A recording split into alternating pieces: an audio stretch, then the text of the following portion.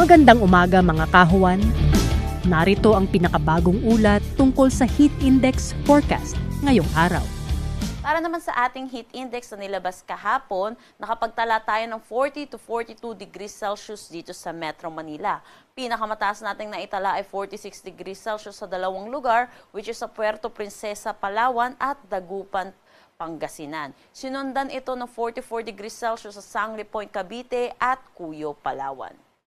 Para naman sa ating forecast na heat index ngayong araw dito sa Metro Manila, 40 to 42 degrees Celsius. At ang pinakamataas natin posibleng maitala ay 44 degrees Celsius. Dito ito sa Sangli Point, Cavite at susundan ng 43 degrees Celsius sa tatlong lugar, Dagupan, Pangasinan, Puerto Princesa, Palawan at Butuan City, Agusan del Norte.